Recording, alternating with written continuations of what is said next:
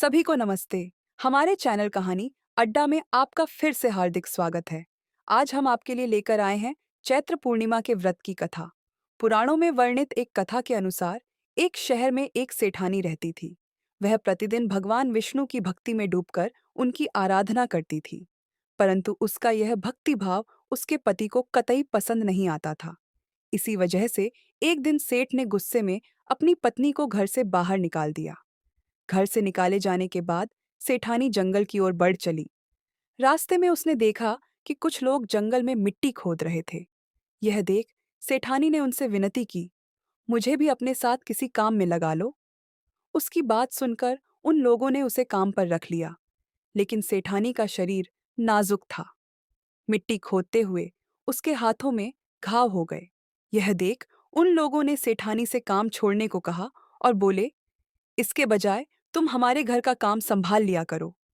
चारों भाइयों ने उसे अपनी बहन मान लिया और उसे अपने साथ घर ले गए। वहां वे चारों केवल 4 मुट्ठी चावल लाते और आपस में बांटकर खाते थे। यह देख सेठानी का मन दुखी हुआ। उसने उनसे कहा, आज से तुम 8 मुट्ठी चावल लिया करो। उन चारों ने उसकी सलाह मान ली और 8 मुट्ठी चावल ले आए। सेठानी ने उस चावल से भोजन तैयार किया, पहले भगवान विष्णु को अर्पित किया, फिर सबको परोसा। जब चारों ने वह भोजन खाया तो उन्हें स्वाद इतना अच्छा लगा कि उन्होंने सेठानी की प्रशंसा की और इसका रहस्य जानना चाहा। सेठानी बोली, यह भगवान विष्णु का प्रसाद है, इसीलिए यह इतना लजीज बना है। इधर सेठानी के चले जाने के बाद सेठ की हालत खराब हो गई। उसे भूख प्यास सताने लगी और उसके घर में दरिद्रता ने डेरा डाल लिया। गांव वाले उसे चिढ़ाने लगे कि पहले वह अपनी पत्नी के कारण सुखी था और अब उसे निकाल कर देखो उसकी क्या दुर्गति हुई।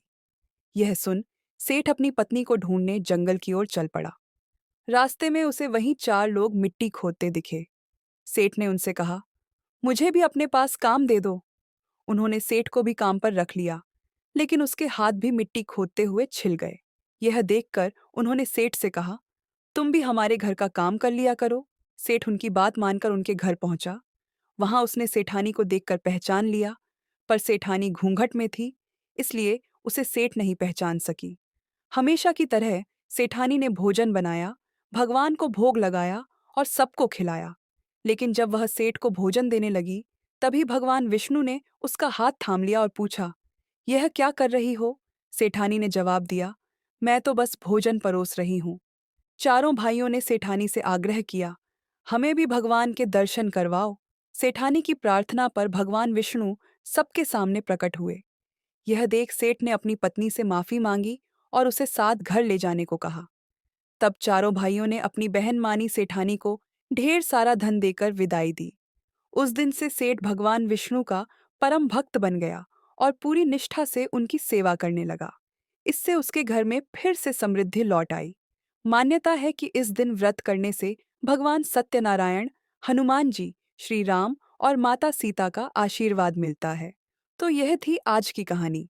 आपको यह कथा कैसी लगी? अपनी राय कमेंट में जरूर लिखें। अगर यह वीडियो पसंद आए तो लाइक करना न भूलें। धन्यवाद।